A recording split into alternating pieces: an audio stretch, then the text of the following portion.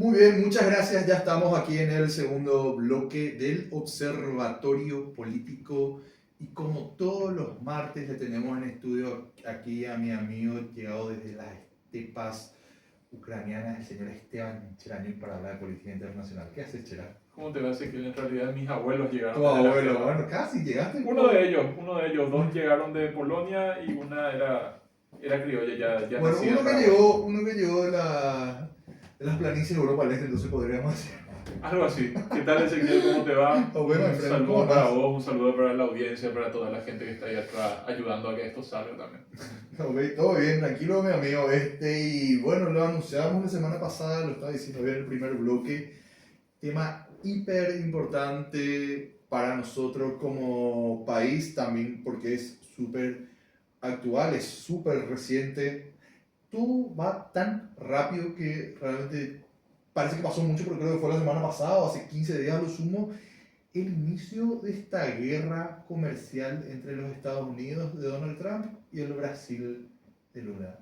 ¿Cuál es la situación? Es justamente eso, es un conflicto comercial que se está dando un poco entre Estados Unidos y Brasil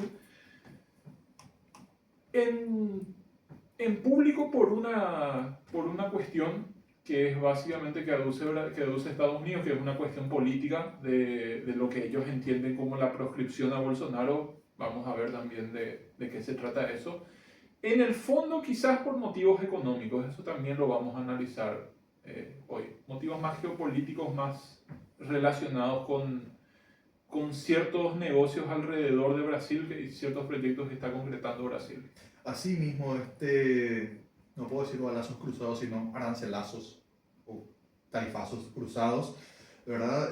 Se dio justamente, bueno, para dar un contexto por ahí, el concepto de guerra comercial es básicamente cuando se empiezan a levantar barreras, poner un poco de trabas, hacer un poco más tortuoso, un poco más difícil el comercio, porque una cosa es tener aranceles para sectores específicos. Ponele. Sí, Entonces, yo produzco, ponele, qué sé yo, mucha banana y bueno, yo claramente le tengo que poner un arancel por una cuestión estratégica a la importación de bananas. La diferencia en una guerra comercial que es, bueno, le agregamos, le pongo a todo, básicamente. sí, Le pongo a lo que más te duele a vos. tiene la intención de dañar, como toda guerra, Sí, ¿verdad? Una guerra comercial es básicamente la utilización de mecanismos comerciales o mecanismos de mercado, mecanismos relacionados a los aranceles, a los impuestos, a la promoción económica, no con una lógica de tratar de controlar cierto flujo comercial, tratar de que el mercado interno se desarrolle, sino con una lógica de atacar a un enemigo por una situación en particular, ¿verdad? En claro. este caso es una estrategia que ha utilizado Donald Trump ya en su primer gobierno y que ha intensificado en su relación con el resto de los países en este segundo gobierno, incluso haciéndolo a veces hasta la única estrategia geopolítica de él, Ya, ya. el hecho de poner impuestazos, de poner tarifazos a la importación de productos de distintos países y levantar ese monto, ese porcentaje de impuestos o bajarlo dependiendo de qué tanto el resto de los países se acomodan con sus deseos. Claro, mira, a mí se me vienen a la cabeza dos o tres, bueno, dos hechos, realmente son dos, que uno puede ser desglosado o uno deriva de ese, que es esta cuestión de Bolsonaro, que Trump dice, le están proscribiendo a Bolsonaro. Cualquier persona con los dedos frente, mi querido público encarnaceno, sabe que esto es mentira.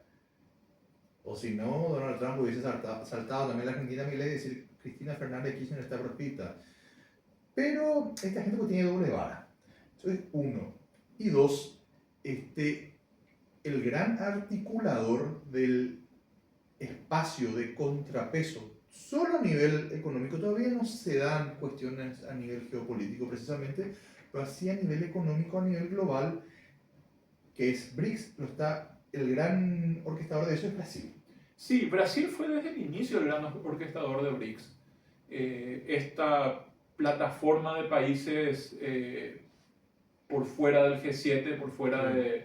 de esa élite de países mundiales que ya como comentamos en el primer capítulo está tratando de hacer un marco económico de cooperación para poder afrontar los desafíos como países por fuera de los países centrales, ¿verdad? Por fuera del G7, principalmente. Sí. Entonces, en eso Brasil desde el principio siempre fue un gran articulador de BRICS, ¿verdad? ¿Qué pasa con BRICS? BRICS está intensificando su cohesión, intensificando sus estrategias comerciales geopolíticas, ¿verdad? En ese sentido, hay un gran tema que justamente la cronología es muy interesante, la cronología de los hechos. Todo sucede en 4 días, a principios de julio. El 6 y el 7 de julio se da la cumbre de BRICS en Río de Janeiro, ¿verdad? Donde se juntan todos los países de BRICS, discuten sus cuestiones. Las resoluciones que lanzan tienen que ver más con un deseo general de intensificar la cooperación entre ellos, ¿verdad? Y de poner de ponerse ya como propuesta oficial, tratar de integrar las monedas por fuera, de la lógica del dólar, ¿verdad? Pero más que eso no hay grandes decisiones en la cumbre del BRICS. Eso fue el 6 y el 7. ¿Qué ocurre el 8? El 8 lo que ocurre es el anuncio por parte de Brasil de un acuerdo con China, ¿verdad? China, como ya habíamos dicho, ha construido un puerto muy importante en Perú, ¿verdad? Para sacar productos por el Atlántico. Y el acuerdo que firma China con Brasil tiene que ver con una ruta bioceánica que pase por Brasil, Bolivia y Perú, ¿verdad? Sí. Para justamente poder sacar productos brasileros por el Atlántico a través de este puerto que tiene China en el Atlántico. Productos brasileros por el Pacífico. Por el Pacífico. Pacífico. Claro, y ahí te agrego, aparte de esa ruta bioceánica, ¿con qué se conecta? Se conecta con este puerto que hizo China, o sea, gran parte del financiamiento viene de China, en la ciudad de Chanclay, Perú. Sí, un proyecto que ellos llamaron de Shanghái a Chanclay. Claro, justo, Dios, la casualidad de la vida, justo cuando se inauguró el corredor bioceánico, nos encontramos con el gran defensor de la democracia, Donald Trump. Claro, exactamente, por eso la cronología es interesante. El 6 y el 7 es la cumbre del BRICS, el 8 se hace este anuncio, y el 9 es cuando Trump dice, a partir del 1 de agosto vamos a imponerle 50% de aranceles a Brasil, para los productos que Brasil exporta a Estados Unidos. Bueno, ahí me permitís tirar un datito de color. El principal producto de exportación de Brasil a los Estados Unidos es el café. El café, sí. Efectivamente. Para Brasil per se no representa un porcentaje muy importante del conjunto de sus exportaciones. Representa el 12%, y la exportación principal de creo que 3 de los estados de Brasil. Sí. Ahora, hay una cuestión. ¿Por qué esto puede causar un revuelo político en Estados Unidos? ¿Verdad? Para agregar más el dato y color, muchos dirán, bueno, el café. ¿Qué tiene que ver el café? Si uno estudia la historia de la Revolución Americana, ¿verdad? De la independencia de los Estados Unidos, verá que hay un famoso hecho que dispara todo este proceso revolucionario, que es el famoso motín del té. Sí. Es más, me tocó visitar el museo en la ciudad de Boston, espectacular. Pero el motín del té. Pero antes del té, porque los británicos en su momento le metieron impuestos a los colonos americanos en ese entonces, ya existieron varios otros impuestos al sellado y demás cosas, la exportación de tal cosa, bla, bla, bla. Pero ¿por qué dispara el té? Es el gran disparador de la Revolución Norteamericana, porque es algo que estaba presente en la mesa de los colonos americanos todos los días de la vida. Yo le voy a decir a la querida audiencia, los yanquis no toman mate ni tereré, ellos toman café. Entonces, sí, un impuesto al café, wow, como le puso un montón de cosas, sí, claro. Pero el café está todos los días en la mesa. El café es un producto de primera necesidad. Claro, sí. Acá es un producto un poco más sustituible que en Estados Unidos. Claro, porque acá lo sustituimos con cocido, mate, qué sé yo. O sea, yo por una cuestión de salud no tomo mate y café con poca diferencia, ¿verdad? Pero es relevante eso, ¿verdad? Sí, que vos arranques el día desayunando 50% más caro te puede generar algo en tu país. Quería aportar más este dato color porque no lo iba a poder meter en ningún otro programa, Sí, exactamente. pero el café, un 50% más caro para Estados Unidos, yo no lo haría. Claro, es un producto que es importante para el día a día de los norteamericanos, de los estadounidenses, ¿verdad? Y para Brasil representa el 12% de sus exportaciones. No el café, sino las exportaciones totales a Estados Unidos, de la cual la mayor parte es café. Claro, ¿verdad? eso sí. Pero es un 12%. Uno dice, un 12% es un número importante, pero no son productos que vos no puedas ubicar en otros mercados. Claro, por eso yo Sobre te todo decía porque los países exportadores de café son muy pocos, ¿verdad? Claro. Son Brasil, Colombia, creo que Tailandia e Indonesia también exportaban así mucha cantidad de café, pero no son muchos los países que exportan Claro. café en cantidad. Entonces, Brasil sí puede llegar a tener otros mercados para ubicar sus productos. A Estados Unidos se le complica un poco porque su principal importación de café es de Brasil. Sí.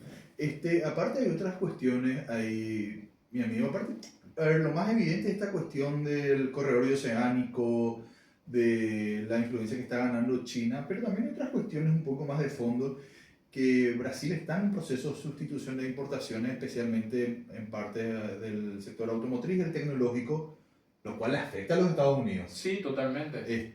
Y también Brasil, y acá atento Paraguay, Brasil compite mucho en materia de soja, maíz y carne con los Estados Unidos. Sí. Por eso nos tienen que interesar a nosotros esta cuestión. Sí, nos tienen que interesar a nosotros y justamente porque este proyecto de corredor bioceánico influye también en nuestro proyecto de corredor bioceánico, que es la ruta que se construye en el Chaco, Sí. ¿verdad?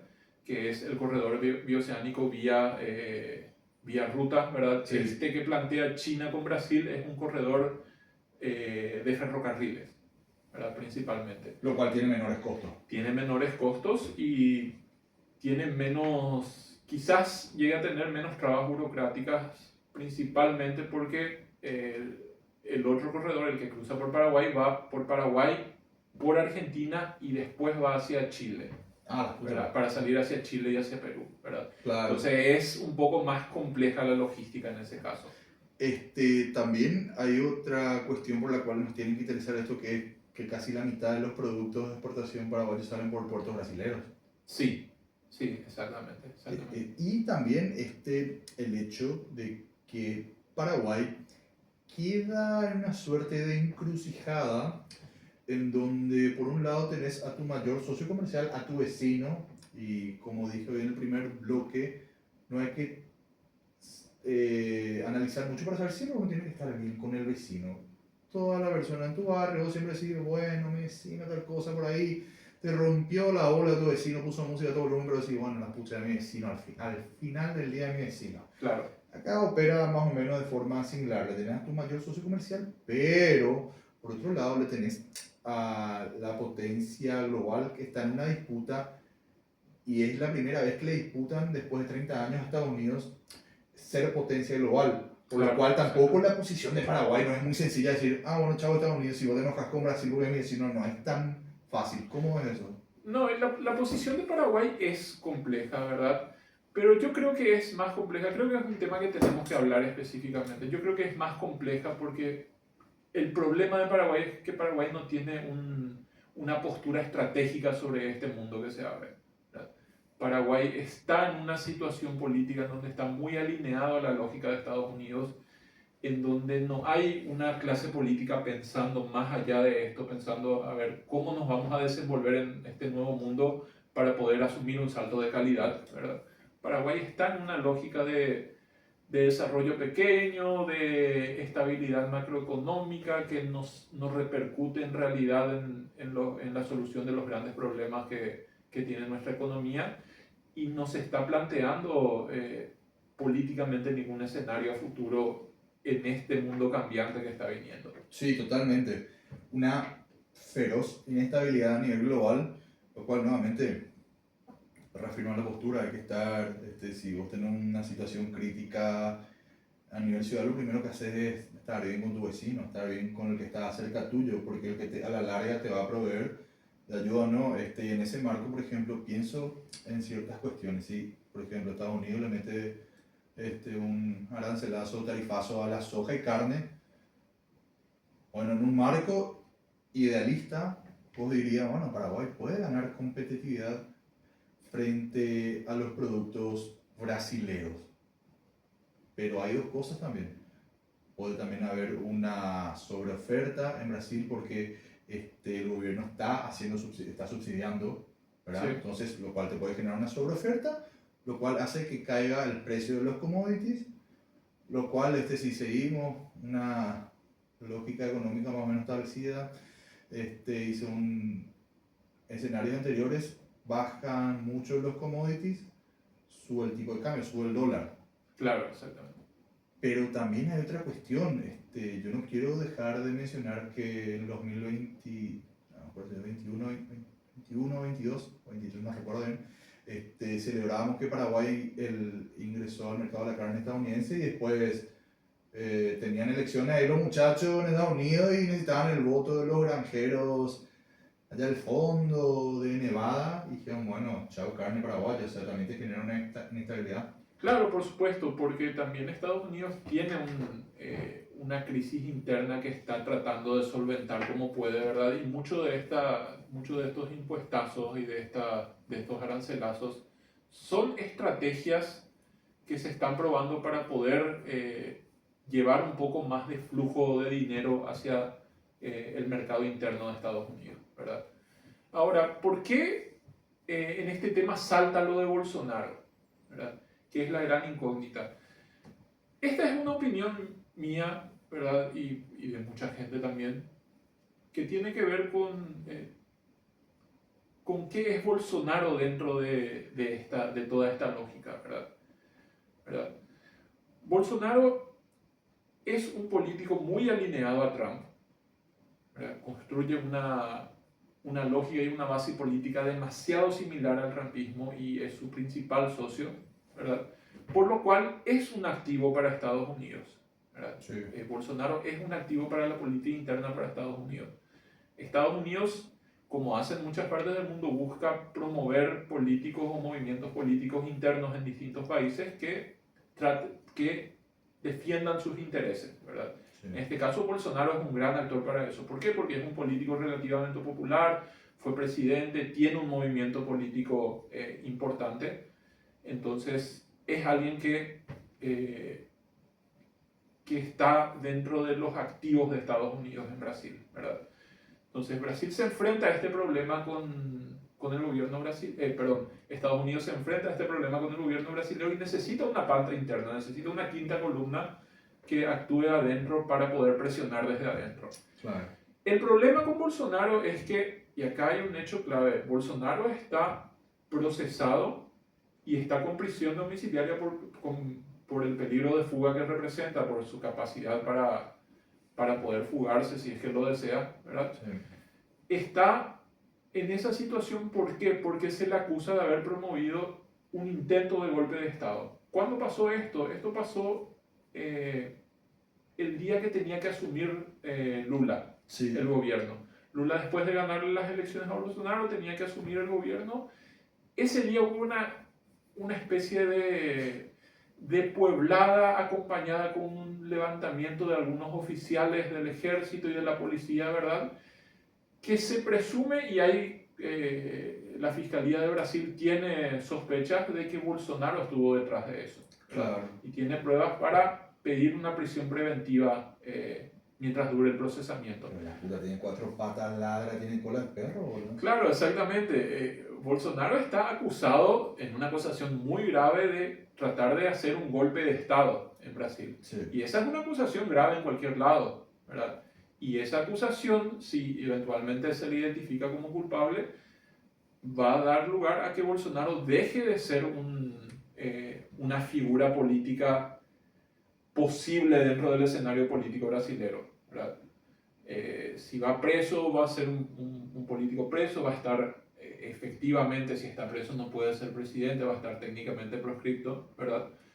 Entonces, es eso lo que se juega un poco también en Estados Unidos y esa es la pata que está trabajando. Y sobre todo porque es la mejor excusa que tiene para meterse para generar un conflicto con Brasil, ¿verdad?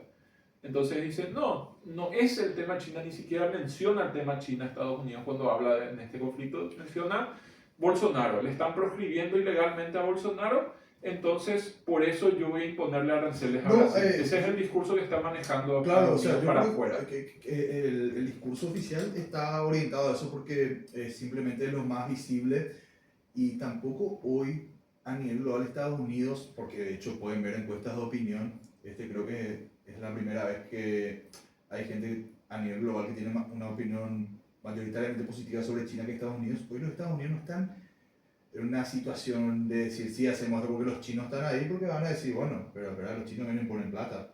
Es más, hoy decía un diputado en el Colorado, decía, che, si nosotros recibiésemos solo 1% de la plata que puso China acá en Sudamérica, sería otra la historia.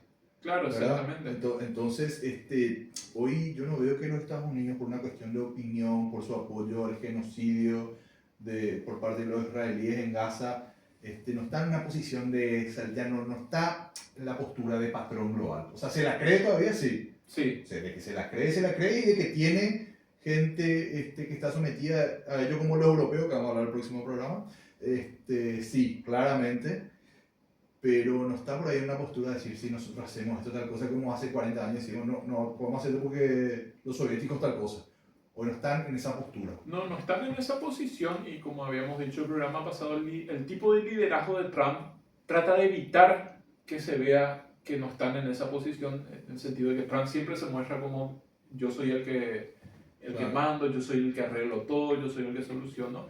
Y en realidad queda muy evidente cuando es demasiado evidente que no es él el que está arreglando, que él no está logrando solucionar estos problemas, ese tipo de liderazgo le juega en contra porque le resta un montón de credibilidad incluso dentro de su base, ¿verdad? Sí. Que es distinto un poco con lo que está pasando y acá hay un tema que veo en algunos análisis. Hoy vi un análisis de un periodista asunceno, ¿verdad? Que decía que Brasil está perdiendo una oportunidad de ser un nexo entre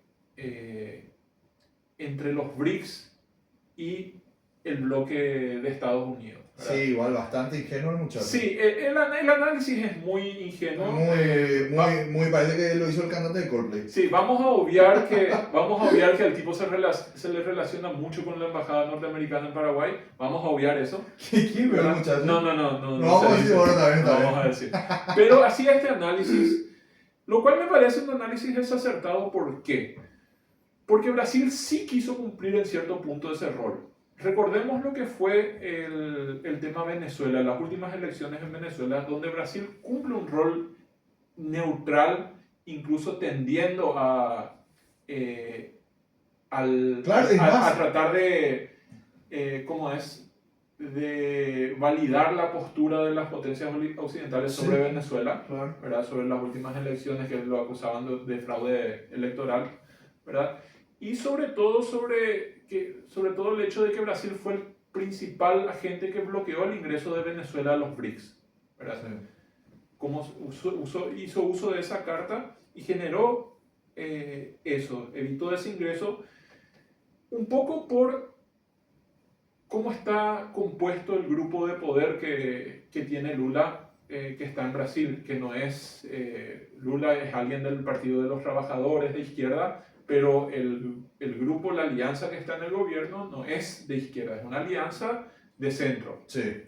Es una alianza de centro. Y los sectores de centro-derecha son los que tienen el control de las relaciones exteriores en cierta manera ahora en Brasil. Sí. ¿Verdad?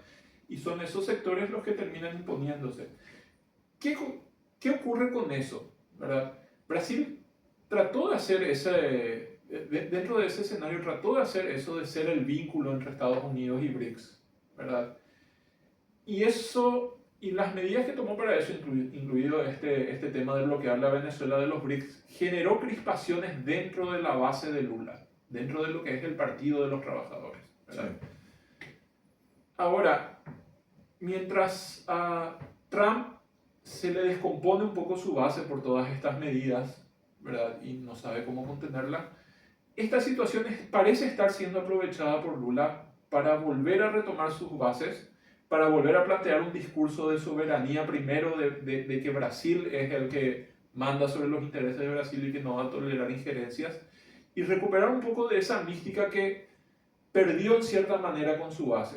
Sí, ¿Verdad? a ver, concuerdo contigo y Sobre eso, recordemos que en las últimas elecciones, los que son las municipales y estaduales en Brasil, a la fuerza de Lula les fue relativamente mal. sí, sí, sí, claro. No, te iba a complementar justamente eso, que son pocas las veces, para bien, digo, que encontrar una unidad total, casi total en el arco político, que fue en este caso Brasil, decir también, che, bra, hay otro problema. Sí, También hay dos cuestiones ahí.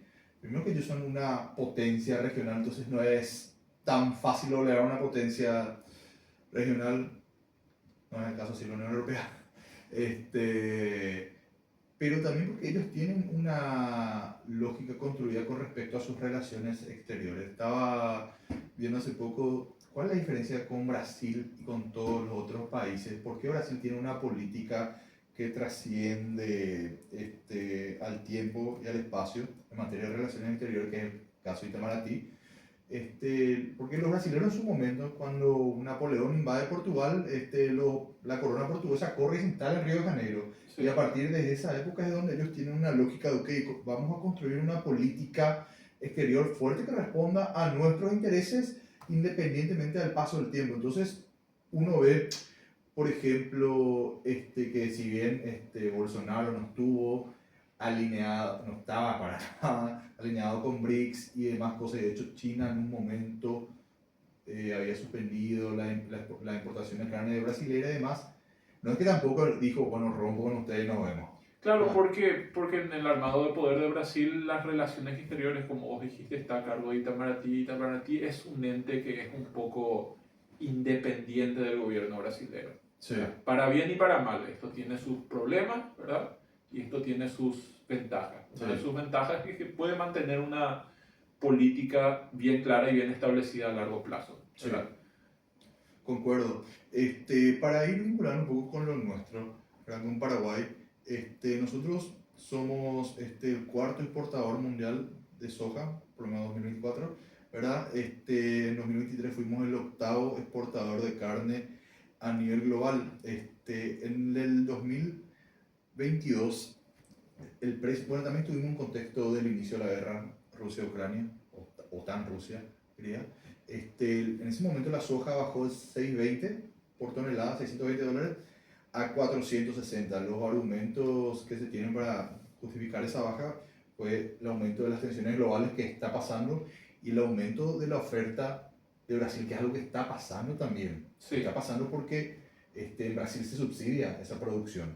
Sí, Brasil es una potencia agrícola de primer orden. Es una potencia agrícola de primer orden. De hecho, es prácticamente toda nuestra industria agrícola está definida por la lógica brasilera, Claro. en cierto sentido. O sea, las tecnologías que existen acá son tecnologías que se importan de Brasil, ¿cómo es? La forma en que se estructura el mercado y se hacen estos emprendimientos rurales o se copian de modelos brasileros o son directamente empresas brasileras las que vienen a explotar eso, ¿verdad? Claro. Entonces tenemos una industria, o sea, un agro local muy relacionado a lo que es el agro brasilero. O sea, imaginemos el agro brasilero como un agro paraguayo muchísimo más avanzado y muchísimo más grande. Gran tema para hablar, la expansión al este del Paraguay.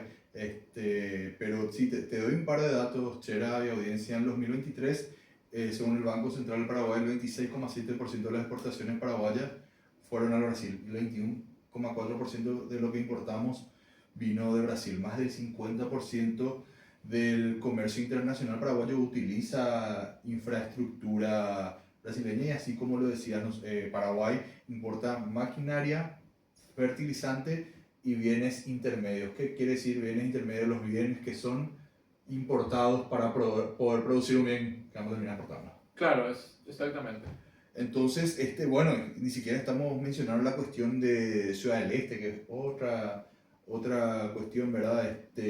Si se llega a endurecer esta guerra comercial en un momento, Brasil decide abroquelarse un poco más, el golpe ya va a ser un poco más duro para Paraguay, muy particularmente todo el este.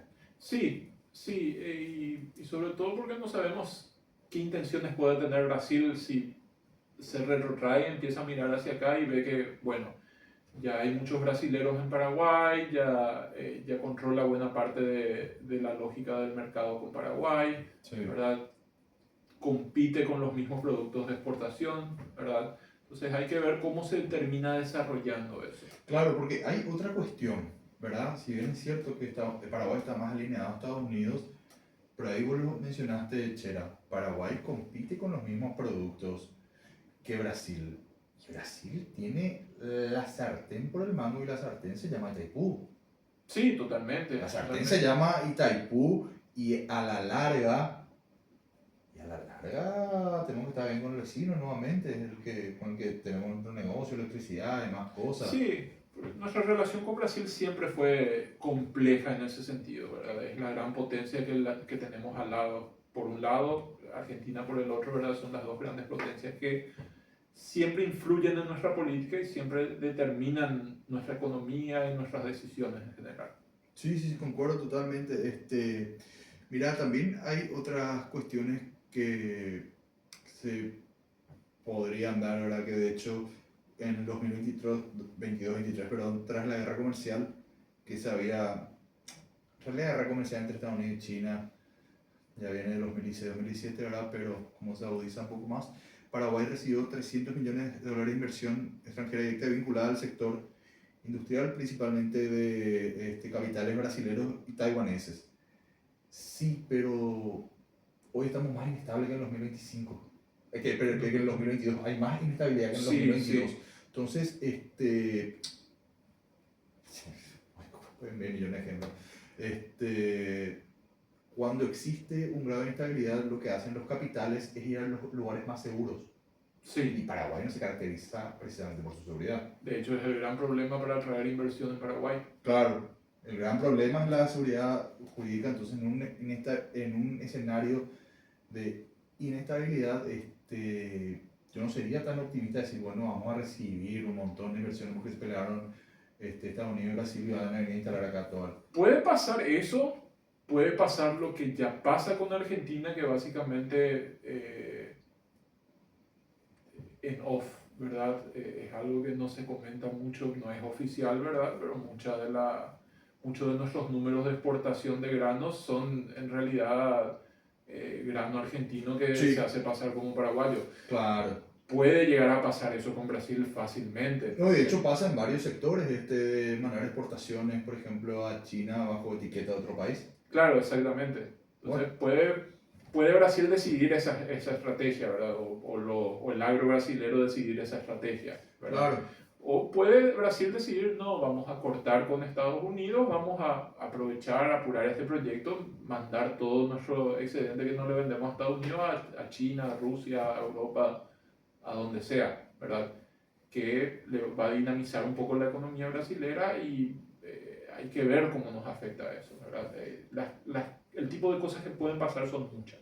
No, son muchísimas, o sea, realmente no estamos acá para dar soluciones, estamos para problematizar las cuestiones y ponerlas frente a la audiencia, también para decir que, a ver, esto es súper, o sea, yo tengo 29 años, vos tenés un poquito más que yo, y realmente en nuestra vida hemos vivido casi como norma una suerte de estabilidad, bien o mal una suerte de estabilidad, que hoy se empieza a resquebrajar y si decidimos hacer este espacio justamente fue para poner un poco sobre estas cuestiones sobre la mesa y ver cómo nos afecta hasta a nivel personal. Porque sí. el hecho de que el tipo de cambio, o sea, el dólar sube o baja, tiene una afección importante en nuestra vida. Y cuando estamos hablando de nuestro mayor socio comercial, nuestro feroz vecino, que medio país se va todos los años a vacacionar, es algo que hay que tener muy presente. Venimos hace varios programas hablando de esto y todo esto se inserta en el gran quilombo global. Sí. En un gran quilombo global que no se veía hace tiempo. Entonces, ni siquiera propuesta, lo que pensamos nosotros básicamente, ¿qué hacemos nosotros como paraguayos? ¿Qué provecho que lo vamos a sacar de esto? Y eso es lo que no estamos pensando justamente. Y esa es, de parte de muchos de nosotros, la gran crítica al sistema político paraguayo. El sistema político paraguayo no está pensando qué hacer. No está pensando. Y el mundo se está complejizando demasiado y el mundo se está enquilombando demasiado. Sí. ¿Verdad? Todo es inestabilidad, empiezan a haber guerras más frecuentes por todos lados. Hoy se imponen aranceles, mañana se quitan, mañana se vuelven a imponer. Nada está estable, ¿verdad? A nivel global, porque tampoco dentro de los países nada está estable. Las economías internas están en épocas de mucha incertidumbre. Sí. ¿Verdad? La capacidad de ahorro está destruida, la capacidad de acceso a la vivienda está destruida, ¿verdad? La capacidad de acceso a seguridad social está siendo destruida, ¿verdad? Y la concentración de la riqueza en pocas manos es algo que está acrecentándose. Sí. O sea, en todos lados, no es un problema de Paraguay, no es un problema de Estados Unidos, no es un problema de Europa, es un problema de todos lados. Sí, ¿verdad? Entonces nosotros en este tipo de escenarios tenemos que tener una idea de qué hacer. ¿verdad? Concuerdo. Y esa idea de qué hacer tiene que ver de, bueno, vamos a hacer un análisis frío de lo que está pasando, vamos a ver cuáles son nuestras potencialidades, qué podemos desarrollar y qué tipo de estado de sociedad y de economía tenemos que tener para tratar de sobrevivir los vendavales de este mundo cambiante. ¿verdad? Y esa es una crítica que yo le hago, que muchos de nosotros le hacemos al sistema político paraguayo, que no está ni cerca de empezar a pensar estas cosas. No, concuerdo, estamos en el chiquitaje total. O sea... Sí, estamos en discusiones entre grupos económicos internos que después negocian, pero usan la política para conflictuar entre ellos, para tratarse de sacar ventajas entre unos y otros. De repente se mete también la Embajada de Estados Unidos que decide nuestra oferta electoral, ¿verdad? Nuestras instituciones políticas están siendo usadas dentro de eso, hay oportunismos de ciertos sectores, hay oportunismos personales que terminan trascendiendo demasiado, mucho más allá de lo que deberían. Entonces todo esto nos da un panorama un poco desalentador que, insistimos, hay problemas y hay un mundo cambiante. ¿Qué vamos a hacer para tratar de adaptarnos a eso y tratar de sobrevivir a eso? Concuerdo totalmente. Mira, en ese marco y para ir finalizando, reitero lo que dije. Hoy veía al diputado, ¿cómo se llamaba? Hugo Mesa, ¿verdad? Que abogó justamente por la apertura de relaciones diplomáticas con la República Popular de China. Se une al senador del PLR, en este caso Erwin Villalba, siendo los únicos dos congresistas que en lenguaje tuitero la están viendo. Están viendo lo que se viene. Lo que me dicen es que es bastante comprobable por ambos bandos, tanto el PLRA y la ANR, que son posturas personales. Son posturas personales. Yo creo que a nivel personal esa postura es un poco más popular que dos congresistas, ¿verdad? Es una creencia mía, no he hablado con ninguno de ellos que me diga, no, yo no apoyo el público, pero en privado quiero, sí. ¿verdad? Es una postura personal de mucha gente de lo que es la gran economía paraguaya, la ARP, la UIP, ¿verdad? Pero no se puede trasladar todavía una política institucional en prácticamente en ningún espacio importante. Bueno, pero fíjate algo que es interesante, la transversalidad. O sea, te soy sincero, y vamos a ser claros, uno siempre esperaba, bueno, alguna fuerza izquierda va a hacer esto, y justo la fuerza izquierda, por el resto no. Pero es muy loco que sea una cuestión transversal, si bien es un caso único en ambos partidos. Pero bueno, así baja hasta la vara que hay que destacar. que dos legisladores de partidos tradicionales, de forma transversal nuevamente, estén tomando este posicionamiento. Porque todos ven que hay una crisis y Sí. que hay un problema que hay que afrontar. O sea, todos ven que hay una crisis y hay un problema, ¿verdad? Algunos se preocupan por eso, otros no, ¿verdad? Sí. Pero todo el mundo ve que mira, esta relación con Taiwán, con la República de China en Taiwán, es poco provechosa, que todo el mundo está negociando y comerciando con la República Popular de China, ¿verdad? Que todo el mundo está sacando ventajas de eso y Paraguay se está quedando. Obviamente eso genera alertas, ¿verdad? Sí. Después podemos analizar por qué eso no se traduce en posicionamientos institucionales, ni siquiera de movimientos, ni siquiera de bancadas, ¿verdad? No se traduce en posicionamientos institucionales. Ahí podemos analizar por qué no se está traduciendo, ¿verdad? Yo creo que tiene mucho que ver con lo que es la estructura ideológica de los grandes poderes de Paraguay, que tienen una tradición relacionada a lo colonial y que no pueden ver ampliamente el panorama a causa de eso, ¿verdad? Son economías coloniales dentro de todo, ¿verdad? Así mismo. Entonces, ahí es donde flaquea un poco, pero yo creo que es una preocupación de mucha gente. Ahora, el siguiente paso es, vamos a tratar de institucionalizar este debate y vamos a buscar qué alternativas hay por fuera de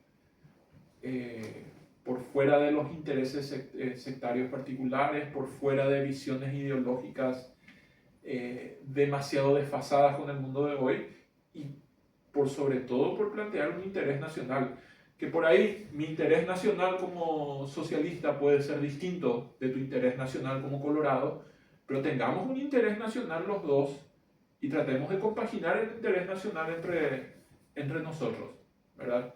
Pero que sean intereses nacionales, no que sean intereses sectarios, no que estemos envenenando la discusión por intereses particulares, a veces muy pequeños, a veces Sí.